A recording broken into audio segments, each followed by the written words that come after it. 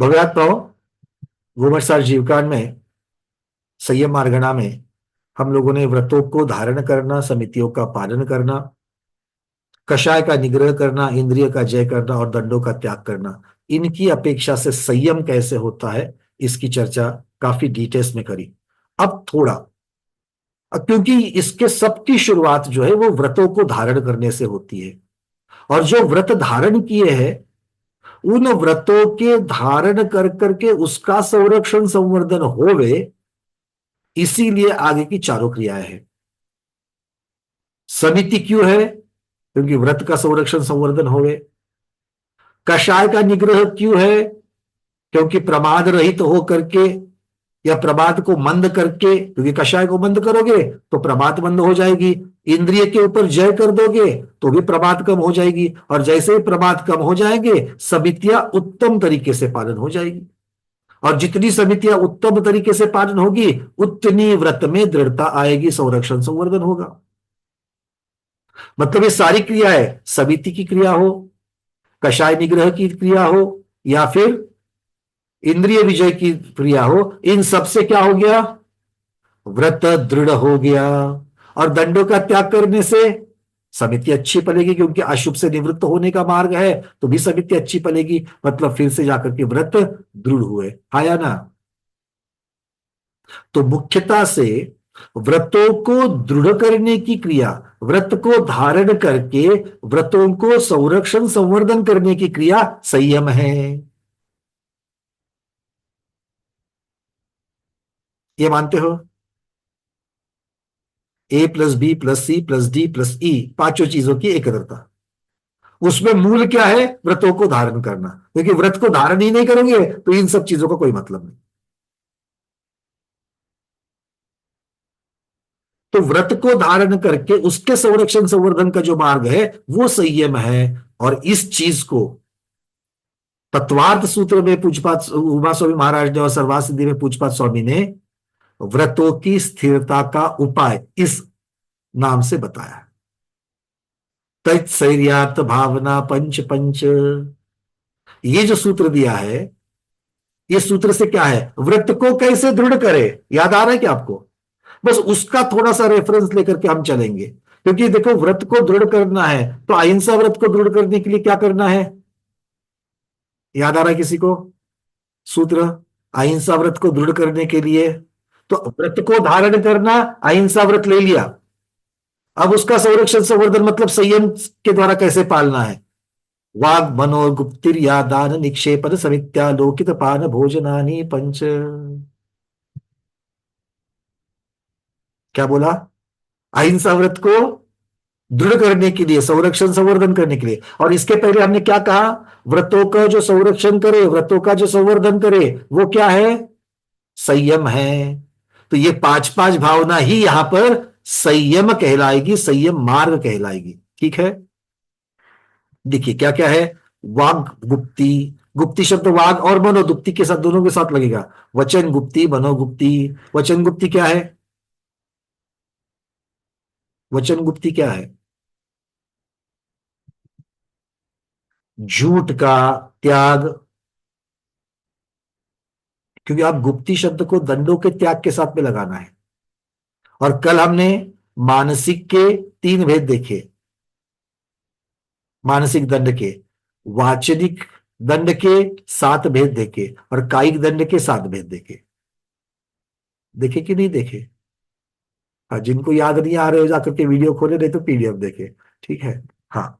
तो चलो, तो उसमें से वचन गुप्ती की अपेक्षा, मतलब सबसे पहले तो दंडों का त्याग। गुप्ती कैसे पालन करेंगे? पहले दंडों का त्याग, और फिर राग, उसके द्वारा राग द्वेष से मंद करते हुए फिर राग द्वेष से रहित होकर के वस्तु के यथार्थ स्वरूप की तरफ बढ़ना, अपने आत्मा के शुद्ध स्वभाव की तरफ बढ़ना, यह है गुप्ती। तो पाप के हेतुभूत चार प्रकार की कथाएं, चुगली करना, निंदा करना, असत्य झूठ बोलना, इन सब की निवृत्ति के लिए, ये सभी अशुभ स्वच्छंद प्रवृत्ति का त्याग करने के लिए मौन धारण करना वचन गुप्ती हो जाए। और वचन गुप्ती करने से अहिंसा पलेगी। क्यों? क्योंकि प्राणी के पीड़ा का परिहार होगा। झूठ बोलने से प्राणी को पीड़ा होती कि नहीं होती है? अरे जान तक जा सकती है। दूसरे को ठगने से, दूसरे की अपमान करने से। अपमान करने से अच्छा लगता है कि बुरा लगता है? प्राणी को पीड़ा होती है कि प्राणी पर फूल झड़ते हैं?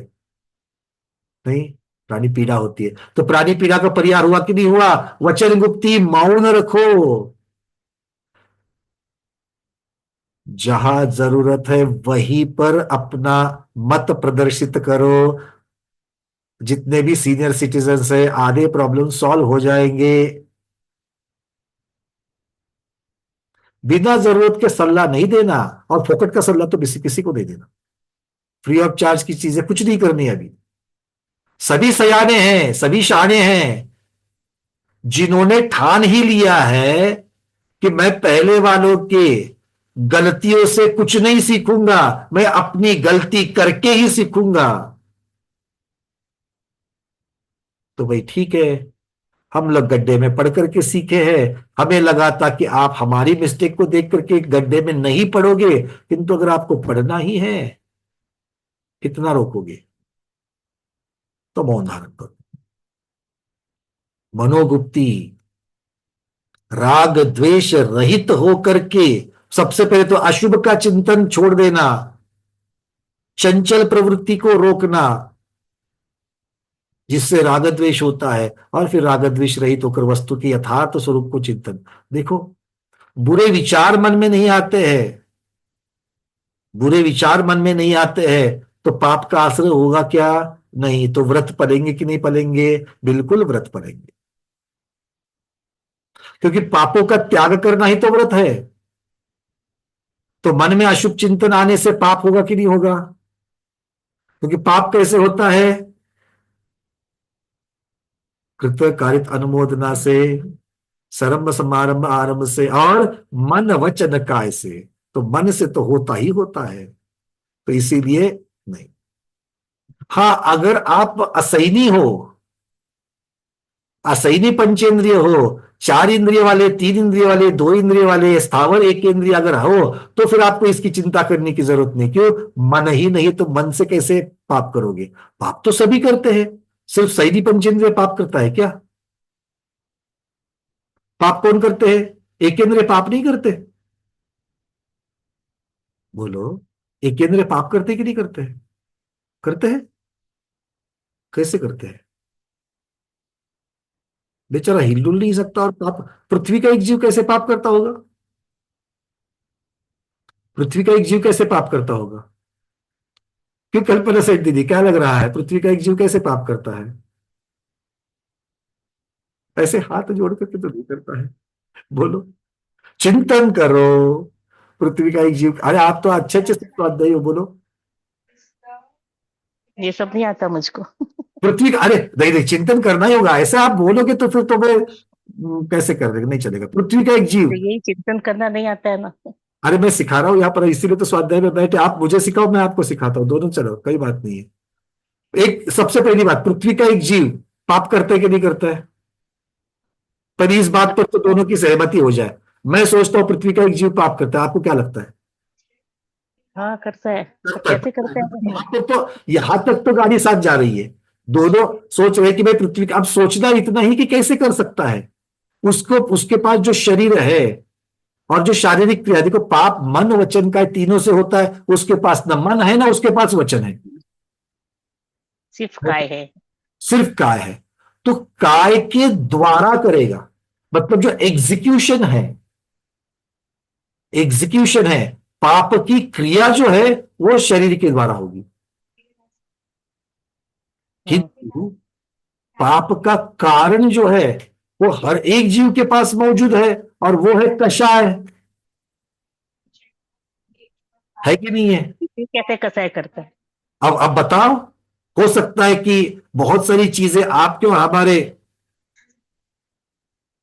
बुद्धि का, ज्ञान का विषय ना बने, पर जहां पर, और हम जितना पाप करते हैं उतना पाप भी नहीं करेगा, क्योंकि पाप करने के तरीके को कितने हैं? 108 है। पाप करने के तरीके कितने हैं? 108 है। उसमें से मन भी नहीं है, वचन भी नहीं है। ये दो हटने से कितना फर्क पड़ेगा, पहला ये तो देखो, कितने कम हो गए। उसके जितने कॉम्बिनेशन होने वाले थे उतने सारे कॉम्बिनेशन घट गए।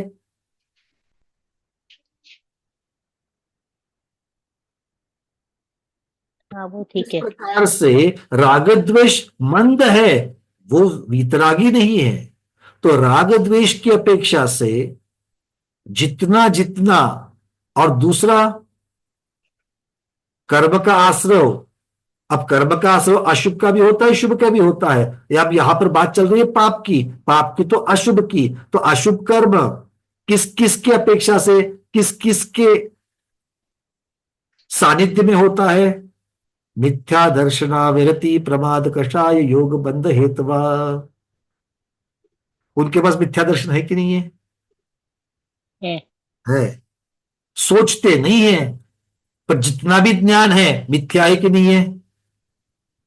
तो वो है। जो मिथ्या ज्ञान है, मिथ्या धारणा है उसकी, क्योंकि ज्ञान और धारणा एक साथ चलेंगे। धारणा ज्ञान में ही होती है, हम्म। ज्ञान धारणा के साथ रहता है। इसीलिए तो दोनों एक युगपत सम्यक होते हैं या फिर युगपत मिथ्या होते हैं। तो मिथ्या दर्शन उसके पास है, उसको कोई संयम धारण कर रहा है क्या? सम्यक तो ही नहीं है, संयम की बात ही नहीं है। तो अविरति है कि नहीं है? है।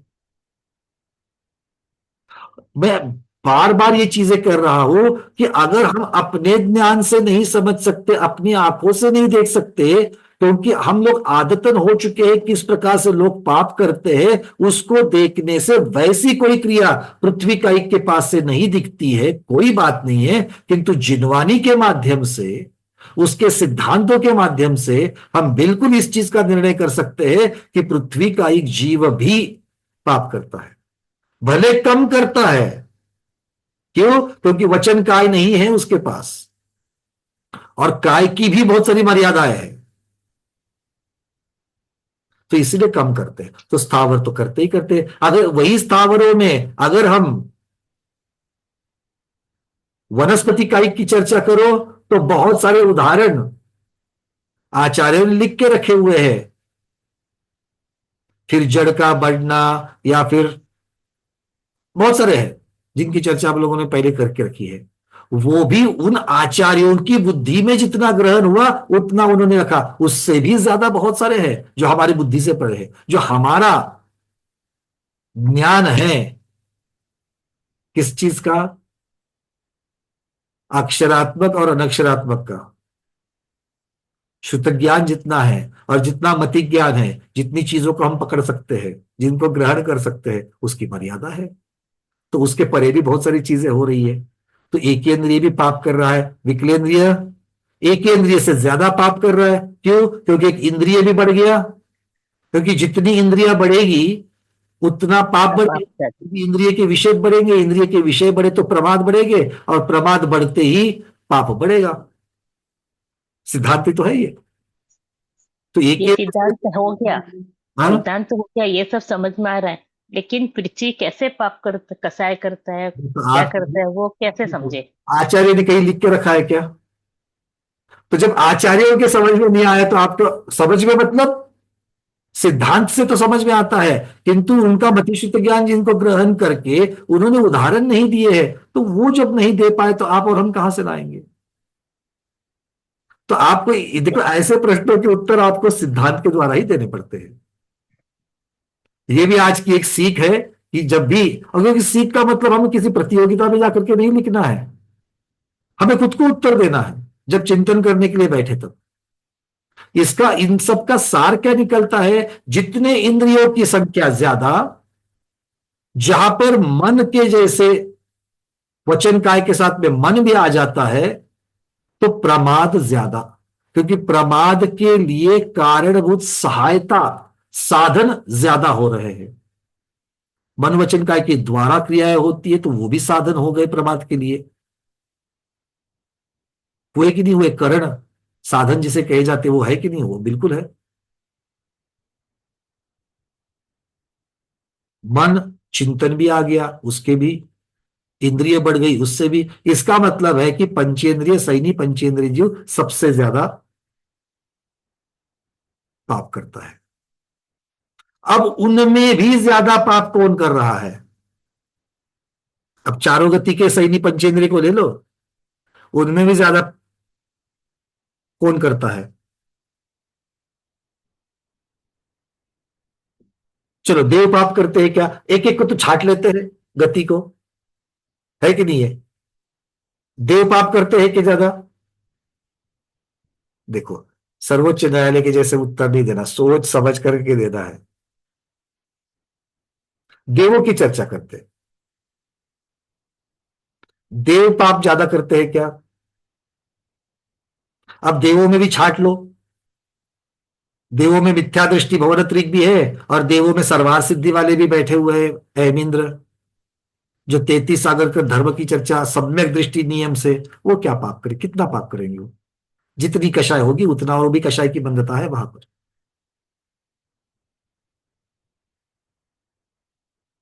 किंतु बाकी के, देखो, देवों के बारे में हम लोग अगर ऐसा सोचेंगे कि देव पाप कम करते हैं तो गलत हो जाएगा। क्योंकि देव इतना पाप करते हैं कि सीधे पंचेंद्रिय से एकेंद्रिय हो जाते हैं। होते कि नहीं होते?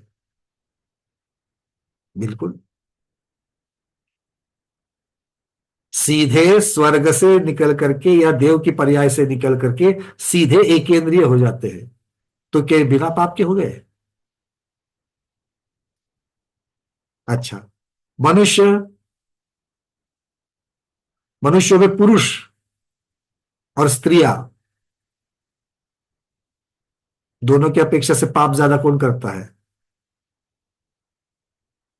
अरे, जिसको आप चंचल मन की कहते हो, जिसको स्वभाव से ही बहुत कुछ बहुत कुछ बहुत कुछ आचार्य लिख के दिया, वो कथन अपनी जगह पर। किंतु सातवें नरक कौन जाता है, पुरुष या स्त्री? देखो, अभी भी हमारे कोई स्वाध्याय कह रहे स्त्रियां ज्यादा पाप करती है।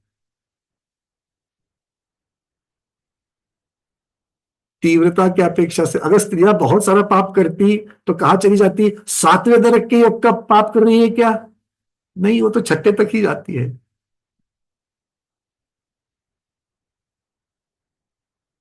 एक बात समझ लेना, एक है तीव्रता और दूसरा बहुलता।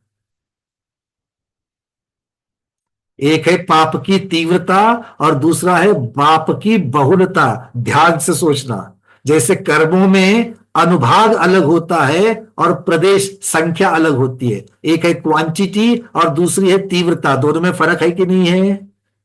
है। तो तीव्रता की अपेक्षा से स्त्रियां उतना पाप नहीं करती है कि जाकर के सातवें नरक में जाए।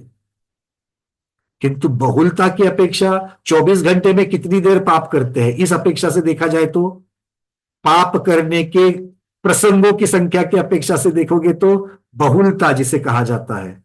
अब उत्तर अपने आप मिल गया, है कि नहीं है? भले तीव्रता की अपेक्षा से कम हो किंतु बहुलता की अपेक्षा से ज्यादा है। खैर, विषय अपना ये नहीं है, मैं तो बहुत सारा है तो इसके ऊपर और विस्तार हो जाएगा। मूल पर आप लोगों को फिर वापस लेकर के आ रहा हूं। मनोगुप्ती और वचन गुप्ती, ये जो दो चीजें हैं, इनकी वजह से अहिंसा व्रत पलेगा। इन दोनों के द्वारा जब मनोगुप्ती करेंगे, वचन गुप्ती करेंगे, अशुभ से निवृत्त हो जाएंगे तो अहिंसा व्रत पलेगा। ठीक है, बात क्लियर है? तीसरा बता दिया, ईर्ष्या, आदान निक्षेपण, समित्या।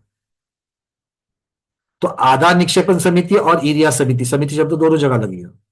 तो ईर्ष्या समिति से प्राणी पीड़ा टलेगी कि नहीं? पर प्राणी पीड़ा टलेगी, क्या होगी? प्राणी पीड़ा टलेगी, अहिंसा व्रत बनेगा। आदान निक्षेपण समिति में जहां पर उठाधरी करते वक्त भी यत्न पूर्वक सावधानता पूर्वक कर रहे हैं, तो उससे भी क्या होगा? प्राणी पीड़ा टलेगी, मतलब संयम पलेगा, अहिंसा व्रत बरकरार रहेगा, संरक्षण संवर्धन होगा। और अंत में है आलोकित पान भोजन।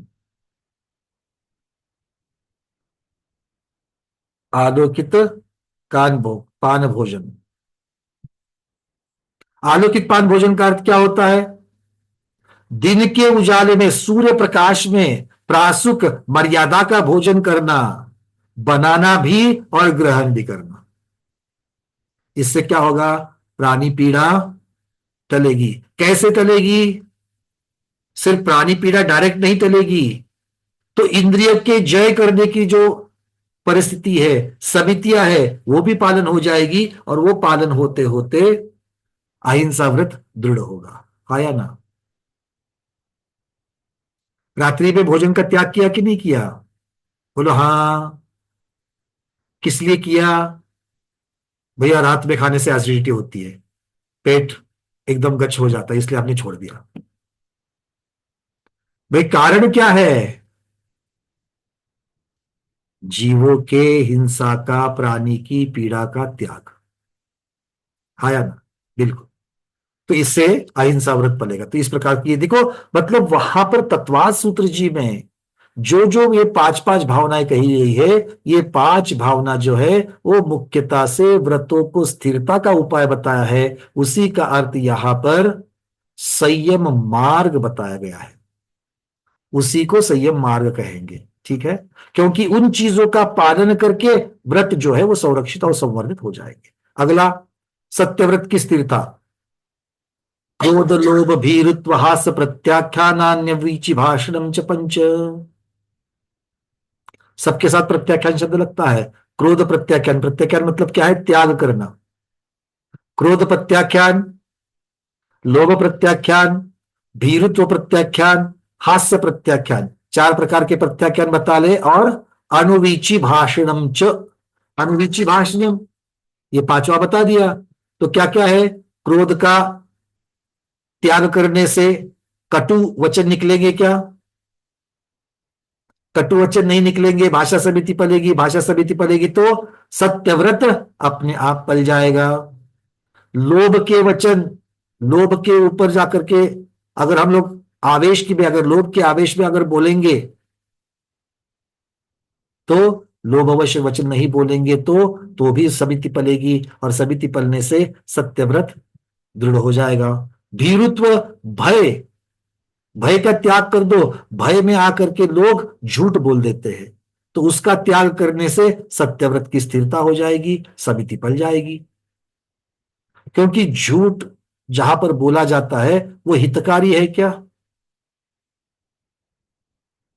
भले प्रिय हो, भले मित्र हो सकता है, किंतु हितकारी हो सकता है क्या? नहीं, झूठ हितकारी नहीं हो सकता है, और इसीलिए उससे भाषा समिति नहीं पलेगी। हास्य प्रत्याख्यान, हास्यपूर्ण, दूसरों के ऊपर हंसना। ये बात प्रसन्नता, प्रसन्नता से हंसने की, खुशी से हंसने की बात नहीं हो रही यहां पर। दूसरे के ऊपर, दूसरे के व्यंग के ऊपर हंसना, दूसरे की कमतरता पर हंसना, दूसरे के पराभव पर हंसना, दूसरे के अयश पर हंसना, दूसरों के रोगों पर हंसना, लोग यहां तक हंस देते हैं। तो इस प्रकार से अगर हंसेंगे, उस ऐसे वचन को अगर छोड़ेंगे, अपमान करने वाले हास्यपूर्ण वचन को नहीं छोड़ेंगे, तो फिर सत्यव्रत नहीं पलेगा, और उसके छोड़ने से, उपहास को छोड़ने से सत्यव्रत जो है वो पलेगा। अनुवीची भाषण, आगम सम्मत निर्दोष वचन ही बोलना। आगम के विरुद्ध बोलना ही असत्य है। आगम के विरुद्ध बोलना ही असत्य है, क्योंकि जो जो सम्यक है वो आगम है, और जो जो आगम है वही सम्यक यथार्थ सत्य स्वरूप है। इसीलिए उसको छोड़ करके नहीं बोल। तो ये पांचों मार्ग क्या हो गए? सत्यव्रत को दृढ़ कर रहे हैं, है ना? आधे से ज्यादा लोगों के चेहरे ऐसे हो गए, भैया ये तो सब कुछ पढ़ा हुआ है ना? कोई बात नहीं, मैं चुप हो जाऊं तो आप एक्सप्लेन कर लो। पढ़ा हुआ है बिल्कुल, किंतु भूल गए हैं। वहां पर व्रतों की स्थिरता वहां पर बताई थी, उसका संबंध हम संयम मार्गना से लगा रहे हैं। और अगर आपको संयम पालन करना है तो इनको धारण करना पड़ेगा। उपहास, निंदा, चुगली को छोड़ना पड़ेगा। क्योंकि गुप्ती आपके और हमारे काम की नहीं है। बैठेंगे तो 5 मिनट 10 मिनट, उससे ज्यादा नहीं। हूं करके सारे हुंकार चालू हो जाते हैं। अरे इनका आज का मौन है, और हाथ में स्लेट लेकर के बैठे हैं, पेंसिल लेकर के बैठे हैं, कॉपी लेकर के बैठे हैं। तो बोलने की प्रवृत्ति तो हो ही रही है ना। तो क्या मौन धारण कर लिया? क्लियर हो रही है बातें? तो जो गुप्ती में समर्थ नहीं है वो समिति में आचरण करे, और समिति में आचरण करे मतलब सम्यक प्रवृत्ति। ये सारी प्रवृत्तियां छोड़ोगे तो अपने आप सम्यक प्रवृत्ति हो जाएगी। अचौर व्रत की स्थिरता का उपाय याद आ रहा है? शून्यागार विमोचितावास, परो परोधाकरण, भैक्ष शुद्धि, सधर्मा विसंवादा पंच। शून्यागार आवास, पर्वत की गुफा, वृक्ष का कोटर, निर्जन स्थान, ऐसी जगह पर रहना ताकि दूसरे के स्वामित्व की जो चीजें है उसको हड़पने के भाव से बच जावे और चोरी के दोष से बढ़े। आया ना? हाँ कह रहे हो? कब से रहने के लिए जा रहे हो? अरे अभ्यास पूर्वक करना है ना हम लोगों को। ये तो बताया साधु के लिए। खंडरों में रहो, पर्वत की गुफा में रहो, निर्जन स्थानों में रहो। और अभी अभी हम लोगों ने बात की थी कि हमें इन लोगों को इसका अभ्यास करना है। तो कब जा रहे हो पर्वत गुफाओं में रहने के लिए? कम से कम उन पर्वत गुफाओं के दर्शन करने के लिए तो जाना चाहिए। आया ना? इसी भावना को बना करके एक दिन हम लोग तमिलनाडु की सभी गुफाओं के, जहां जहां पर संस्तरारोहण हुआ है, जहां जहां पर कितने सारे कालों से, शताब्दियों से मुनि महाराजों ने जहां पर संलेखना की है, ऐसे ऐसे गुफाओं के दर्शन करने की भावना जरूर रखना। और अगर हो सके तो सब स्वाध्याय भी करके भी जाएंगे। ठीक है, ये यात्रा जरूर करनी है। नीरज जी कह रहे कि घर में एक जगह पर बैठ करके कर सकते, बिल्कुल कर सकते, क्यों नहीं कर सकते नीरज जी, शुरुआत ऐसी ही होगी। और हर रोज नहीं हुआ तो अष्टमी चौदस से कर दिया, आज चतुर्दशी है, शुरुआत कर दो शीघ्र, शुभ से शीघ्रम। बड़ा सुंदर विषय आया है आज ये चतुर्दशी के दिन। आगे कह रहे हैं विमोचित आवास, बिना स्वामित्व की वस्तु नहीं लेना। और आवास की अपेक्षा से क्या है? किसी के द्वारा छोड़े हुए मकान, किसी के स्वामित्व के मकान में नहीं रहना। परोपरोधाकरण, किसी को अलग हटा करके उसके स्थान पर कब्जा नहीं करना। अपने स्थान में कोई रहने के लिए आए तो उसको रहने देना। ये साधु की अपेक्षा से चल रहा है, इसके ऊपर नहीं तो अब गृहस्थ की अपेक्षा, श्रावक की अपेक्षा चर्चा करोगे तो बातें अलग चली जाएगी। ठीक है, ये मुख्यतः से साधु की अपेक्षा से बताया गया है। भैक्ष शुद्धि, ये जरूर हमको अभ्यास करना चाहिए। आगम में जैसे आचार शास्त्र में जितना बतलाया हुआ है, चरणानी योग में जिस प्रकार से बताया गया है, भैक्ष शुद्धि से क्या होगा? एष्णा समिति पलेगी, और एष्णा समिति पलने से आचौर्य व्रत पलेगा। सधर्म अविसंवाद, ये मेरा है ये तेरा है, इस प्रकार विसंवाद नहीं करना। शुरुआत साधर्मियों से करो। कम से कम 13 और 20 का झगड़ा तो खत्म करो। अरे बाप रे, मोक्ष जाना सरल है, किंतु 13-20 का झगड़ा खत्म करना महाकठिन है कि नहीं है? चलिए, हंस हम ही रहे हैं और हम ही उसको, 13 और 20 किसके पास है? 13 और 20 का पालन या उसकी मान्यता किसके पास है? घोड़े के पास है, शेर के पास है, गाय के पास है, बैल के पास है, तिर्यंचों में है? नहीं। देवों में 13 और 20 का झगड़ा है? देखा क्या सौदरबिंद्र? नहीं। नारकियों के पास है? नहीं। ब्लेंचों के पास है? नहीं। मतलब आर्यखंड में ही है। 13 और 20 का झगड़ा कहां पर है? आर्यखंड में ही है। तो आर्यखंड में तो आप और हम बसते, तो हम लोगों के बीच ही ये विसंवाद है। ब्रह्मचर्य व्रत की स्थिरता का उपता, स्त्री राग कथा श्रवण, तन मनोहरांग निरीक्षण, पूर्व रतानुस्मरण, वृश्रेष्ठ रस, स्व शरीर संस्कार त्याग पंच। ब्रह्मचर्य व्रत को स्थिर करने के लिए बता रहे हैं। स्त्री राग कथाओं का श्रवण का त्याग, स्त्री कथा, प्रमाद कम हो गया, और प्रमाद कम होते ही समिति का पालन हुआ, समिति का पालन होते ही व्रत पल गया। स्त्री मनोहर अंग निरीक्षण, एक श्रवण था, ये निरीक्षण था। इंद्रिय विजय, पहले श्रोत्र इंद्रिय के साथ था, अब चक्षु इंद्रिय की अपेक्षा से कह रहे हैं। पूर्व रतानुस्मरण, पहले भोगे हुए सभी भोगों का त्याग मन की अपेक्षा से हो रहा है। श्रेष्ठ रस त्याग, गरिष्ठ और इष्ट रस का त्याग करना, रसना इंद्रिय के ऊपर जय हो जाएगा। स्पर्शनेन्द्रिय के ऊपर श्रोत्र इंद्रिय का जय। देखो पंच, अगर आप ब्रह्मचर्य व्रत को देखेंगे तो मुख्यतः से 5 इंद्रियों के ऊपर जय। राग कथा श्रवण में श्रोत्र इंद्रिय आ गया, मनोहरंग अंग निरीक्षण में चक्षु की चर्चा हो रही है, स्मरण में पूर्वरतानुस्मरण में मन की चर्चा चल रही है, वृश्रेष्ठ रस त्याग में गरिष्ठ रस का त्याग, रसना इंद्रिय की चर्चा चल रही है, और अंत में स्व शरीर संस्कार का त्याग, स्पर्शनेन्द्रिय और घ्राणेन्द्रिय दोनों का विषय हो रहा। फूल आदि क्यों पहनते हैं? उसके गंध की वजह से। इत्र आदि क्यों पहनते हैं? गंध की वजह से। तो इसका मतलब है अगर पंचेंद्रिय जय करना है तो पंचेंद्रिय जय कर जब जब किया जाएगा तब जाकर के क्या होगा? ब्रह्मचर्य व्रत की स्थिरता होगी। मतलब क्या है? संयम पलेगा। तो इस प्रकार से आचार्य भगवान यहां पर अब यहां पर मुख्यतः से स्त्री राग कथा श्रवण, ये जो शब्द आया मैंने बहुत बार इसकी चर्चा की है कि स्त्री पुरुष को सामने करके ये सूत्र लिखा गया है, स्त्रियों ने उसकी अपेक्षा से ले लेना, पुरुष की अपेक्षा से। अब स्त्री के भेद कितने हो जाएंगे? 2, चेतन स्त्री, अचेतन स्त्री।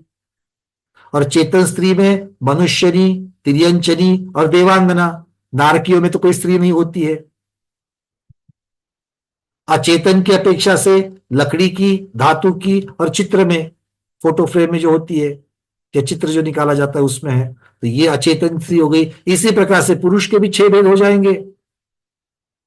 मनुष्य, तिर्यंच, देव, ये चेतन पुरुष हो जाएंगे। और अचेतन पुरुष में काष्ठ का पुरुष, धातु का पुरुष, चित्र का पुरुष, ये 6 हो जाएंगे। तो उपलक्षण से स्त्री शब्द कहा है, इस प्रकार से हमको समझना है। वैसे ही आगे क्या कहते हैं प्रैक्टिकली इनकी अपेक्षा से? शील बाड़ नौराग, शील बाड़ नौराग। ब्रह्मचर्य व्रत का अर्थ चलता है कि नहीं चलता है? तो ये अर्घ्य है या उसके स्थिरता के उपाय है? स्थिरता के उपाय है। 9 बाड़े बताई गई। स्त्री की संगत में नहीं रहना। एक बार बोलो हाँ।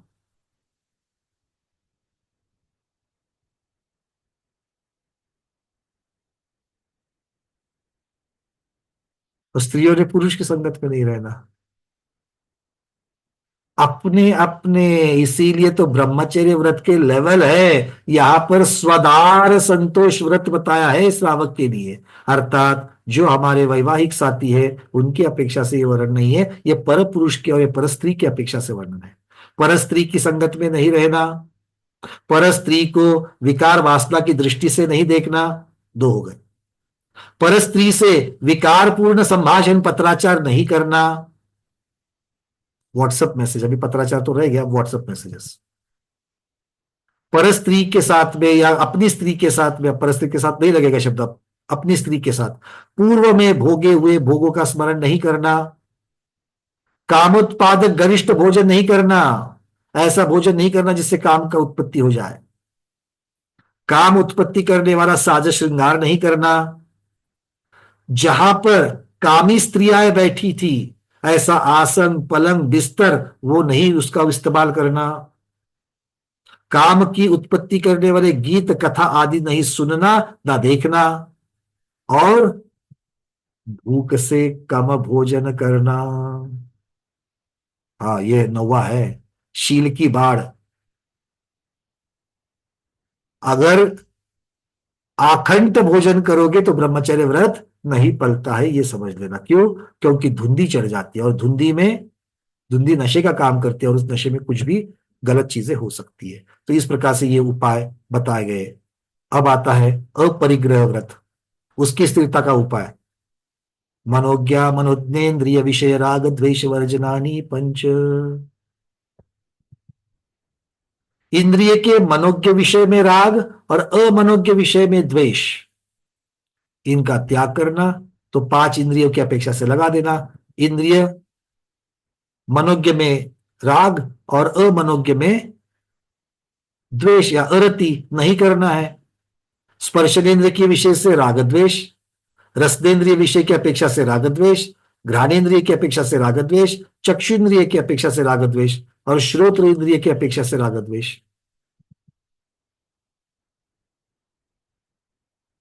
ये हो गए मूल में। अब इनका विस्तार करते जाओ। कैसे कैसे करेंगे? स्पर्शनेन्द्रिय के कितने विषय है? स्पर्शनेन्द्रिय के कितने विषय? 8 विषय होते हैं। तो उन 8 विषयों में राग और 8 विषयों में द्वेष। क्योंकि किसी को जो इष्ट लग रहा है किसी को अनिष्ट लग सकता है। तो विषय तो 8 ही है, किंतु 8 के विषय में अनिष्टता या राग और द्वेष, ये हो गया। रसना इंद्रिय के कितने विषय है? ये और भी आगे आएगा विषय, 5। तो उसमें राग द्वेष नहीं करना। घ्राणेन्द्रिय के 2 विषय, चक्षु इंद्रिय के 5 विषय, श्रोत्र इंद्रिय के 7 विषय। तो कितने हो गए टोटल? 27 विषय पंचेंद्रिय के हो गए। और इनके साथ में उपलक्षण से मन भी जोड़ देना, मन का 1 विषय। मन का विषय है ना, बहुत महत्वपूर्ण है। सूत्र में तो उसकी चर्चा नहीं है, किंतु उपलक्षण से लगा देना। क्यों? क्योंकि हम वही चिंतन करते हैं जिसके बारे में राग है। हम वो चिंतन नहीं करते जिसके बारे में ज्ञान आधा अधूरा है। देखो तो, अशुभ को छोड़ो, मैं शुभ की बात कर रहा हूं, धर्म ध्यान की बात कर रहा हूं। गाइडेड मेडिटेशन में किसी को समोसन का ध्यान इष्ट है, बार बार वो वही ध्यान करता है। किसी को सम्मिच्छिकर का ध्यान इष्ट है, वो बार बार वही करता है। उसको अगर बोला जाए कि ज्योतिर्वासी देवों के विमानों में जो आकृतिम चैत्यालय है उसका ध्यान कर, तो बोलता है करूंगा करूंगा, इतना ही बोलता है। और पूछा पिछले महीने में कितने बार किया? नहीं हुआ। क्यों? क्योंकि उसके लिए आवश्यक ज्ञान नहीं था, जुटाया भी नहीं। क्यों? क्योंकि वो समझता नहीं है, याद नहीं रहता, अरति हो गई। अच्छा, यही इतने सिर्फ ध्यान के विषय है क्या? 15 प्रकार के प्रमादों के जो उत्तर भेद हो जाते हैं, उन उत्तर भेदों को निकालने की 5 प्रकार की पद्धतियां बताई गई थी, है कि नहीं है? उस 5 प्रकार की पद्धतियों का ध्यान कर सकते कि नहीं कर सकते हैं?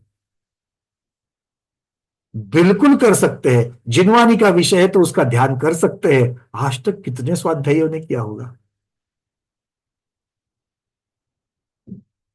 तो है कि नहीं है? विषय में अरति हो गई कि नहीं हो गई? गणित विषय में अरति हो गई कि नहीं हो गई? होती है।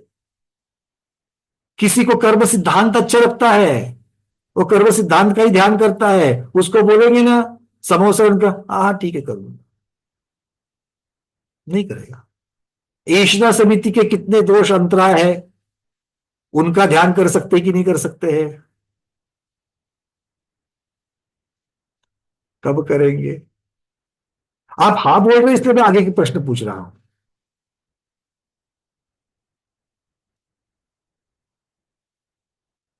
इन सब चीजों को भी हमें ध्यान के विषय के अंतर्गत लेना चाहिए, क्योंकि ये सारे जिनवानी के विषय है। जिनवानी के सभी विषय को हमको ध्यान के अंतर्गत लेना चाहिए। क्लियर है सब कुछ? तो इस प्रकार से हमने यहां तक संयम की मुख्यता से बेसिक भूमिका के ऊपर काफी विस्तृत चर्चा की है। 1 हफ्ते से हम लोग चर्चा कर रहे हैं और सिर्फ गोमटसार जीवकांत की एक ही गाथा हमने ली है। पहली गाथा जो थी, व्रतों को धारण करना, समितियों का पालन करना, कषाय का निग्रह करना, इंद्रियों को जय करना, दंडों को त्याग करना, ये संयम का स्वरूप है। और ये स्वरूप की चर्चा करने के लिए 1 हफ्ते का ये सारा इतना विस्तृत दीर्घ चर्चा आपने और हमने कही।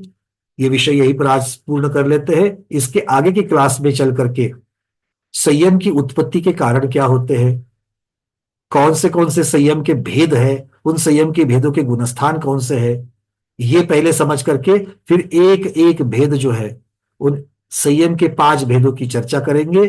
और फिर संयम मार्गना के और जो 2 भेद है उनकी भी चर्चा हम लोग, मतलब सकल संयम के भेद, देश संयम का एक भेद और असंयम का एक भेद, इस प्रकार के 7 भेदों की चर्चा विस्तृत रूप से चालू हो जाएगी। और फिर अंत में संख्या प्ररूपना के द्वारा हम लोग इस संयम मार्गना को पूर्ण करेंगे।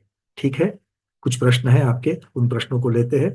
आज के स्वाध्याय में इतना ही। आज के स्वाध्याय को गुरुओं के श्री चरणों में बारंबार नमोस्तु वंदामि इच्छाकार करते हुए यहीं पर समापन करते हैं। जैनम जयतु शासनम, जैनम जयतु शासनम, जैनम जयतु शासनम।